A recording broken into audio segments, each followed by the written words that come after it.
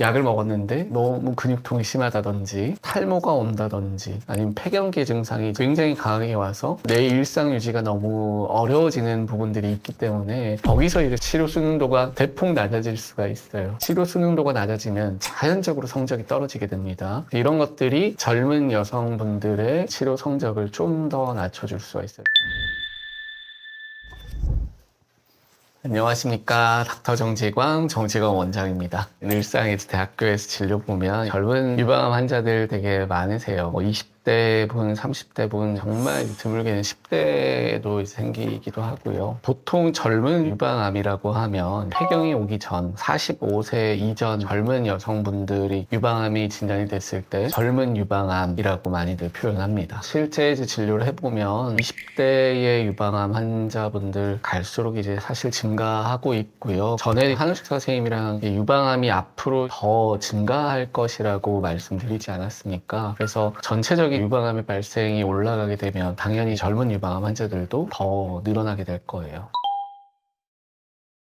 젊은 사람들에게서 암이 이제 잘 생긴다라는 얘기는 유방암은 이제 유전자의 영향을 좀 받는다라고 생각하시면 됩니다. 이 유전자라는 건 유전성 유방암처럼 유방암을 굉장히 이제 많이 발생시키는 그런 특정 유전자뿐만이 아니라 개인이 가진 유전자의 돌연변이를 다 포함해서 하는 얘기예요. 그래서 유방암이 유전자의 돌연변이에 어느 정도 영향을 받는 암이다라고 생각하시면 될 것 같고요. 그럼 이제 아시아 여성의 인구의 유전자가 바뀌진 않는데 왜 그럼 자꾸자꾸 더 증가하게 되냐, 이 부분은 그렇게 생각하시면 돼요. 유방암은 환경의 영향을 받는 그런 암이다. 원래 그래서 서구나 유럽 같은 경우는 60대 유방암 환자들의 발생이 제일 많아요. 그 이야기 자체가 유전자적인 이유도 있겠지만 지속적으로 나에게 뭔가 영향을 미칠 수 있는 그런 환경적인 요소, 주로는 서구화된 식습관이라든지 아니면 비만이나 출산과 관련된 이런 것들이 이제 영향을 줄 수가 있죠. 그래서 그런 요소들이 합쳐지니까 젊은 유방암들도 더 증가하게 되는 겁니다. 한국인 여성뿐만이 아니라 대부분의 아시아 여성들 치밀 유방이라고 사실 많은 분들 잘 알고 계시죠? 치밀 유방이 뭐냐 하면 그냥 쉽게 말씀드리면 유방 조직이 굉장히 이제 빽빽하고 치밀하다, 밀도가 높다라고 이제 생각하시면 됩니다. 근데 이런 치밀 유방을 가진 분들과 반대로 지방형 유방, 지방 조직이 많고 유방 조직이 그렇게 느슨한 구조를 가진 지방형 유방, 이 두 가지를 분류를 했을 때 치밀 유방이 지방형 유방을 가진 분들에 비해서 유방암 발생률이 대여섯 배 상대적으로 위험도가 굉장히 높습니다. 그런데 우리나라 여성분들은 절반 이상 60% 정도는 치밀 유방이에요. 물론 그렇다고 해서 서구나 유럽의 여성들이 치밀 유방이 적은 편은 아닙니다. 절반 정도라고 생각하시면 되는데 상대적으로 이제 그쪽 이제 서구나 유럽에 비해서는 비율이 더 높잖아요. 그러니까 이제 젊은 유방암 환자분들이 좀 더 잘 생길 수 있는 환경인 거죠.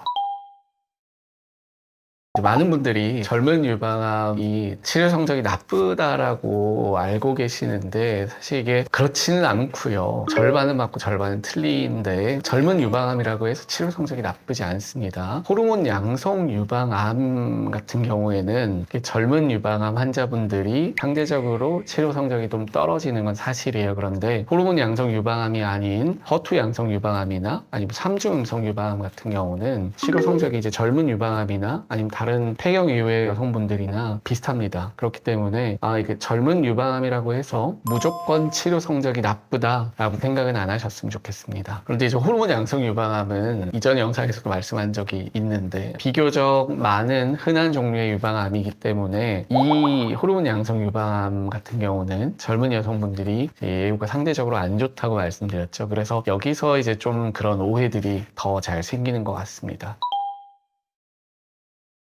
젊은 여성들에 있어서 호르몬 양성 유방암의 성적이 조금 이제 떨어지는 이유를 크게 세 가지로 짚어볼 수 있는데, 일단 첫 번째는 호르몬 상태가 이제 영향을 줍니다. 그리고 두 번째는 이 암이 가진 특징, 세포의 등급이나 분화도, 분화지수 이런 것들이 영향을 줄 수가 있고요. 그리고 마지막으로 치료 수능도가 들어갑니다. 이렇게 세 가지 측면이 복합적으로 작용을 하기 때문에 젊은 여성분들의 성적이 조금 떨어지는 것처럼 보일 수가 있죠.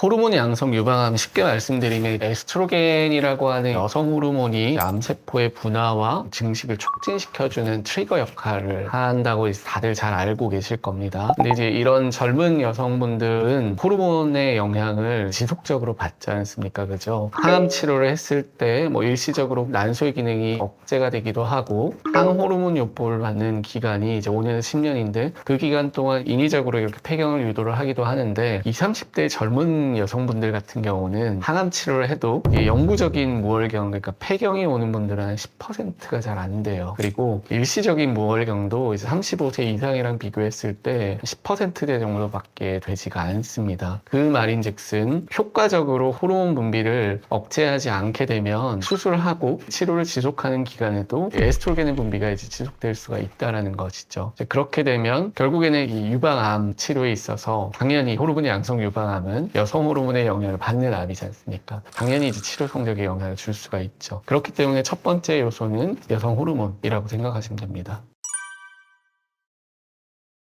그리고 두 번째 요소는 세포의 분화도나 이제 분열 지수 이런 것들을 보는데요. 핵 등급이라든지 분화도라든지 이런 것들이 높을수록 상등급에 해당될수록 좀 더 공격적이고 재발과 전이를 잘할 수 있다고 알려져 있는데 젊은 분들은 그런 2, 3등급이 좀 많아요. 상대적으로. 그러다 보니까 좀 더 재발과 전이가 많을 수 있고 다른 암들, 허투 양성이나 삼중 음성은 KI 지수 많이들 알고 계시죠? KI 67이라고 하는 그 지수가 사실 높아도 크게 성적에 영향을 주진 않아요. 근데 호르몬 양성 유방암은 그 KI 지수가 높으면 성적이 떨어집니다. 근데 이 KI 지수가 젊은 여성들이 상대적으로 높아요. 그러다 보니까 치료 성적에도 반영이 되게 되는 거죠. 두 번째 요소는 이 호르몬 양성 유방암이 가지는 암 세포의 특성 때문이라고 생각하시면 됩니다.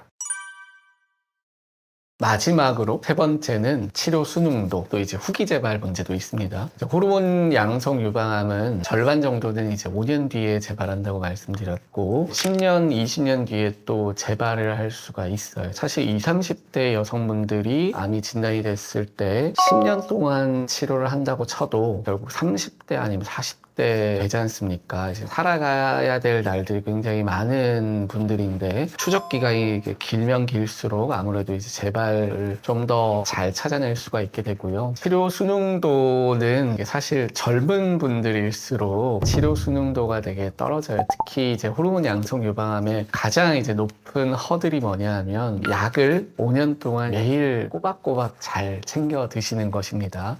이것이 생각보다 사실 만만치 않아요. 뭐 게을러서 이렇게 어렵다 이런 건 아니고요. 열심히 드시는데 항호르몬제를 드시다 보면 약제가 주는 부작용들이 있어요. 이런 것들이 치료 순응도를 사실 대폭 낮춰버립니다. 약을 먹었는데 너무 근육통이 심하다든지 탈모가 온다든지 아니면 폐경기 증상이 굉장히 강하게 와서 일상생활의 유지가 좀 힘들 정도다 이러면 치료 의지라는 게 굉장히 꺾이기 쉽습니다. 안 그래도 수술과 긴 치료로 좌절감도 느끼고 젊은 분들은 일부의 폐경기 증상을 느끼게 되면 굉장히 이제 내가 뭔가 빨리 노화가 되는 것 같기도 하고 내가 치료를 하려고 하지만 내 일상 유지가 너무 어려워지는 부분들이 있기 때문에 거기서 이제 치료 순응도가 대폭 낮아질 수가 있어요. 치료 순응도가 낮아지면 자연적으로 성적이 떨어지게 됩니다. 이런 것들이 젊은 여성분들의 치료 성적을 좀 더 낮춰줄 수가 있어요. 그래서 일반적으로 이제 연구로 알려진 바로는 30%에서 40%의 젊은 여성분들이 5년 이에 호르몬 요법을 완수를 하기를 어려워하세요. 그만큼 많은 분들이 치료 순응도가 낮고 근데 이제 호르몬 양성 유방암에 대해서 이전에 설명을 한번 드린 적도 있는데 항호르몬 요법이 재발률을 한 40% 정도나 이제 대폭적으로 낮춰주고 유방암의 생존율은 30% 정도 올려주거든요. 굉장히 중요한 치료인데 이제 이런 것들이 이제 현실적인 제약이 있다 보니 치료를 중단하게 되면 어떻게 보면 이제 내가 얻을 수 있는 재발률을 낮추고 생존율을 올리는 그런 좋은 효과들을 잃어버릴 수가 있게 됩니다. 그렇게 되면 자연적으로 성적이 떨어지게 되겠죠. 그런 것들의 영향을 받습니다. 항호르몬 요법도 유방암 위험도를 조금 나눕니다. 재발을 좀 더 잘할 것 같은 분이나 이제 전이 위험성이 좀 있는 분들은 고위험군 아니면 뭐 중등도의 위험군으로 나누게 되고, 그렇지 않은 분 좀 굉장히 초기에 이제 발견이 되거나 그런 세포 분열 지수도 낮고 아니면 세포의 등급도 좀 낮은 그런 저위험군에 있는 호르몬 양성 유방암 이런 식으로 조금 분류를 한 다음에 항호르몬 요법의 치료의 전략도 조금 다르게 하는데요. 젊은 분들이나 KI67 지수도 좀 높은 그런 공격적인 성향을 띤 호르몬 양성 유방암인 분들인 경우는 항호르몬 요법을 좀 더 강하게 하죠. 사실 이게 나이에 따라서 조금 다르고 폐경이 오는 상태에 따라서 또 조금 다른데요. 고위험군으로 갈수록 난소의 기능을 보호하는 주사를 씁니다. 왜냐하면 항암 치료가 그런 거잖아요. 분열이 빠른 세포들을 찾아가서 얘네들의 암세포 같은 것들이잖아요. 그런 것들을 죽이는 게 이제 항암 주사인데, 난소도 이제 계속 보면 주기적으로 분열을 해서 이게 여성 호르몬도 만들고 난자도 이제 배란을 하고 그러는데, 당연히 이제 난소도 이제 영향을 받거든요. 그러다 보면 얘네들이 이제 기능을 잃게 될 수 있는데, 이 주사를 맞는 이유가 뭐냐면